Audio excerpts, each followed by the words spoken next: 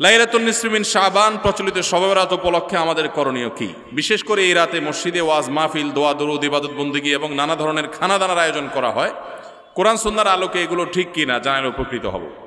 ভাইরা আমার, লাইলাতুন নিসফি মিন শাবান যেটাকে আমরা শবে বরাত বলি, এই লাইলাতুন নিসফি মিন শাবানে আল্লাহ তাআলা হিংসুক এবং মুশরিক ছাড়া বাকি মানুষদেরকে, বাকি মুসলমানদেরকে আল্লাহ তাআলা সাধারণ ক্ষমা ঘোষণা করেন মর্মে একটা হাদিস আছে।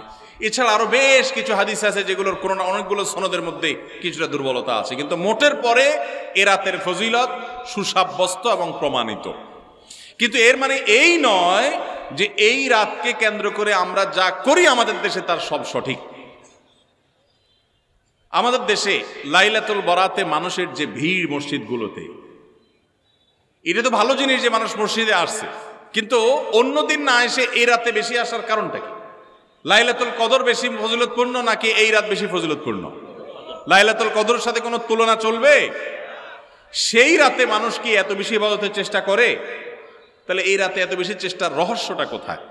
রহস্য হলো আমাদের দেশে মানুষ মনে করে যে এই রাতে ভাগ্য ঠিক হয়, অতএব সারা বছর যাই করি না করি এই একটা রাত মসজিদে গিয়া আল্লাহ বিল্লাহ করে যদি সারা বছরের ভাগ্যটা ঠিকঠাক করা যায়, এরপর আর মসজিদে যায় কেনা। এই চালাকি করলে কি ভাগ্য ঠিক হয়ে যাবে? ভাইরা আমার, লাইলাতুন নিসফি মিন শাবানকে কেন্দ্র করে বহুবিধ বিদআত, বহুবিধ বাড়াবাড়ি, বহুবিধ কুসংস্কার আমাদের সমাজে আছে। একসময় তো প্রচুর পরিমাণ পটকা ফুটাফাটি চলতো। আলহামদুলিল্লাহ, প্রশাসনের ভাইয়েরা প্রতি বছর নিষেধাজ্ঞা আরোপ করেন এবং এটা অনেকটা কমেছে, যেটা আমাদের নিরাপত্তা হুমকির মধ্যে আমাদেরকে ফেলে। দ্বীনের নামে আমরা কখনো সেগুলো করতে পারি না। অনেক মসজিদে আলোকসজ্জা করা হয়। আলোকসজ্জা তো আপনি এমনিই করেন সারা বছর, কিন্তু এই রাতকে কেন্দ্র করে আলাদা করে আলোকসজ্জা করা, এই রাতকে কেন্দ্র করে ওই যে হালুয়া রুটি খাওয়ার একটা ব্যাপার এখনো আমাদের দেশে কোথাও কোথাও আছে। অনেকে মনে করে নবীজির দাঁত মোবারক শহীদ হয়েছেন উহুদের ময়দানে, তো তিনি হালুয়া খাইছেন, সেজন্য আমরা ভালো দাঁতে হালুয়া খাই। নবীজির দাঁত ভাঙা হালুয়া খাইছেন, আমাদের আস্ত দাঁতে আমরা কি খাই? হালুয়া খাই। আপনার বাপের ঠ্যাং ভেঙে গেছে, উনি একটা লাঠি দিয়া খোড়ায় খোড়ায় হাঁটে, আপনার আস্ত ভালো দুইটা ঠ্যাং আছে, আপনি বাপের মহব্বতে বলছেন বাবা তোমার পাওটা ভেঙে গেছে, সেই মহব্বতে আমি আমার ভালো পাও নিয়ে লাঠি দিয়ে আমি খোড়ায় খোড়ায় হাঁটতেছি। কি বলেন? বাপ খুশি হবে? খুশি হবে? বলবে এটা তো বেয়াদবি, তামাশা করতেছো আমার সাথে, আমার ভেঙাইতেছো। নবীজি সাল্লাল্লাহু আলাইহি সাল্লাম দাঁত মোবারক শহীদ হয়েছে বাতিলের বিরুদ্ধে জিহাদ করতে গিয়ে। আপনি বাতিলের সাথে আঁতাত করবেন আর হালুয়া খায়া নবীজির সুন্নত আদায় করবেন, এর চেয়ে বড় হাস্যকর জিনিস আর হতে পারে না। অতএব সব ধরনের বাড়াবাড়ি কুসংস্কার আমাদের বন্ধ করতে হবে। এমনকি এই রাত উপলক্ষে মসজিদে দোয়া দুরুদের জন্য সমবেত হওয়া, এ রাতে মানুষকে ডাকাডাকি করে একেবারে এ রাতের ফজিলতের জন্য মসজিদে সবাই একত্র হওয়াকে যারা জরুরি মনে করেন, তারাও ভুলের মধ্যে আছেন। ব্যক্তিগত ইবাদতে আল্লাহর ক্ষমা পাওয়ার জন্য চেষ্টা করতে পারেন, সেটা ভিন্ন বিষয়। আল্লাহ আমাদেরকে বোঝার তৌফিক দান করুন। আমাদের দেশে কেউ মারা গেলে চল্লিশা বা জমাত খাওয়ানো হয়, এটা জায়েজ আছে কিনা? ভাইরা আমার, বাংলাদেশের সবচেয়ে শক্তিশালী বেদাত হলো এই বেদাত। এর চেয়ে বড় শক্তিশালী বেদাত এ দেশে আর নাই। এই ঠিক বলা মানুষ বহু লোক আছে জমাত খায় বেড়ান। এই বরগুনার আমাদের অফিসে কিছু স্টাফ আছে, বরগুনার 2-3 জন আমার পরিচিত, তো এরা আমি শুনছি যে তাদের একটা গ্রুপ খুলছে, তারা ফেসবুকে না যেন হোয়াটসঅ্যাপে গ্রুপ খুলছে, জমাত খাওয়ার গ্রুপ।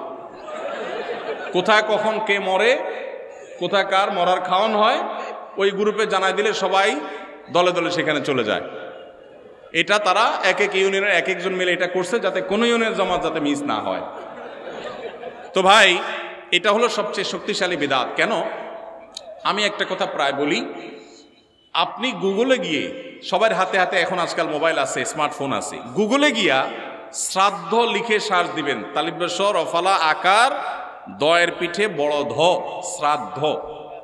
শ্রাদ্ধ লিখে যদি আপনি সার্চ দেন, আপনি দেখবেন সার্চের যে রেজাল্ট আসবে আপনার চোখ খুলে দিবে। কি? হিন্দুদের মধ্যে একটা ধারণা আছে, সেটা হলো যদি কোনো মানুষ মারা যায়, যে মারা যায় তার মৃত্যুর পর এলাকাবাসী আত্মীয় স্বজন সবাইকে দাওয়াত দিয়ে না খাওয়ানো হলে ওই লোক স্বর্গে সোনা দানা পায়, খাওন পায় না, সে না খায় কষ্ট করে। এই জন্য ওই লোকের জন্য যে খানা দানার আয়োজন করে ওই অনুষ্ঠানের নাম হলো শ্রাদ্ধ। ওইটার নাম কি ভাই?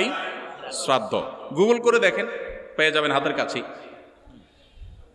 আমাদের সাবকন্টিনেন্টে যেহেতু হিন্দু ভাইদের সাথে আমাদের সামাজিক সহাবস্থান আছে, তারা তাদের ধর্ম পালন করেন। আমি তাওহীদবাদী, আমি ইমানদার, সেই জায়গা থেকে আমি শিরকে আল্লাহর নিকট সবচেয়ে অপরাধ মনে করে বাঁচার চেষ্টা করি, কিন্তু তারটা তিনি করেন, তারটা তিনি করে, এটা তার ব্যাপার। কিন্তু তাদের সাথে মিশার ফলে তাদের অনেক সংস্কৃতি আমাদের মুসলমানদের মধ্যে চলে আসছে, আমরা টেরও পাই নাই। এই যে মানুষ মারা যাওয়ার পরে যে খাওয়ার অনুষ্ঠান মৃত ব্যক্তির ওয়ারিসদের উপরে চাপানো হয়, এটা ওই শ্রাদ্ধ থেকে এসেছে। এটা ইসলামে নাই। ইসলামে আছে উল্টাটা। উল্টা কি? একটা মানুষ মারা গেছেন, নবী সাল্লাল্লাহু আলাইহি সাল্লাম বলেছেন অমুক মারা গেছেন, তার পরিবারের লোকদের জন্য তোমরা খাবারের ব্যবস্থা করো। কেন? কারণ তাদের রান্না করার মতো মানসিক অবস্থা নাই। আমরাও সেটা করি, অবশ্য আপনারাও করেন। কেউ মারা গেলে তার আত্মীয় স্বজন, তার ছেলে মেয়ে, বউ বাচ্চাদেরকে খাওয়ান দাওয়ান দেন, 2 দিন 3 দিন একটু খাওয়ান টাওয়ান পাঠান, এরপরে 40 দিনের দিন সুদে আসলে একসাথে উঠায় নেন। কি বলেন? খাবার পাঠান গামলায় করে একটু, আর খাওয়ার সময় গোটা গরুটা খেয়ে ফেলেন এলাকার মানুষ। বাপ মারা গেছে, আপনি খুশি না বেজার? খুশি না বেজার? আপনার মা মারা গেছে, আপনি খুশি না বেজার? যদি বেজার হন, খাওয়ানোর যত অপশন আছে, খাওয়ানোর যত উপলক্ষ আছে মানুষ খাওয়ানো, এটা খুশি হয়ে না বেজার হইয়া? যেমন মানুষ বিয়ে করছে, খুশির চোটে অলিমা খাওয়ায়, এটা সুন্নাত। কারোর বাচ্চা হয়েছে, খুশি, এই জন্য সে আকিকা খাওয়ায়। কারোর ছেলেটা পাস করছে, সে খুশি হয়েছে, এই জন্য সে আটার দলা খাওয়ায়, মিষ্টি খাওয়ায়। কিন্তু আপনার বাবা মারা গেছে, আপনার তো মনের কষ্ট। আপনি যেভাবে জিয়াফত দিচ্ছেন, আপনি যেভাবে মেজবানি খাওয়াচ্ছেন, এটা দেখে তো মনে হচ্ছে আপনি অনেক খুশি যে বাপটা চলে গেছে, এখন জমি জমার ভাগযোগগুলো আমরা পাবো। এই উসিলা সবারে খাওয়াই। আল্লাহ আমাদেরকে হেদায়েত দান করুন। শক্তভাবে এই বেদাত আমাদের সমাজ থেকে দূর করতে হবে ইনশাআল্লাহ। আমাদের সচেতন হতে হবে। আপনার বাবা মা মারা গেছেন, ওনাদের জন্য আপনি কি করবেন? দোয়া করবেন, ইস্তেগফার করবেন, চোখের পানি ফেলবেন, দান সাদাকা করবেন। মাদ্রাসায় এতিম গরিব ছাত্ররা আছে, একবেলা খাবার টাকা দিয়ে দেন। মসজিদে কিছু ইট কিনে দেন, মসজিদের জায়গা কিনবে, সেখানে টাকা দিয়ে দেন। একজন গরিব মানুষকে কিছু টাকা দিয়ে দেন। মুর্দার তরফ থেকে সাদাকা করলে তার সব মুর্দা পায়, সেটা আপনি করেন।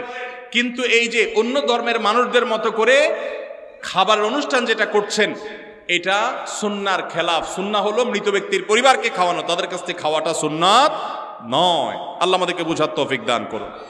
মুশকিল হলো এটা যদি আপনি না করেন, আজকের ওয়াজ শোনার পর এলাকাবাসী বলবে মারা গেছে, কি ছেলে মেয়ে রেখে গেছে, কারোর একটা হাত ধোয়াইলো না, বলবে কি না বলেন? কেন আপনার হাত আরেকজন ধোয়াইতে হবে? আপনার হাত কি লুলা হয়ে গেছে? হ্যাঁ, আরেকজন হাত ধোয়াইতে হবে, নিজের হাত নিজে ধুতে পারেন না? হাত ধোয়ানো মানে খাওয়ান আর কি, তাই না? এলাকাবাসী বহু কিছু বলবে, কিন্তু আপনি অটল থাকবেন যে আমি ইনশাআল্লাহ এগুলা করব, আমার বাবার জন্য মায়ের জন্য যেটা করলে সওয়াব হবে সেটা আমি করব। নবীজি সাল্লাল্লাহু আলাইহি সাল্লামের কাছে এক সাহাবী এসে বললেন, ইয়া রাসূলুল্লাহ, আমার মা মারা গেছেন, আফা আহুজ্জু আনহা, আমি কি তার পক্ষ থেকে হজ করতে পারি? নবীজি বলেছেন, নাম, অবশ্যই করতে পারো। এগুলো হলো সুন্নাত। আমরা সুন্নাত বাদ দিয়ে এখন বেদাতকে আলিঙ্গন করে ফেলেছি। আল্লাহ আমাদেরকে হেদায়েত দান করুন।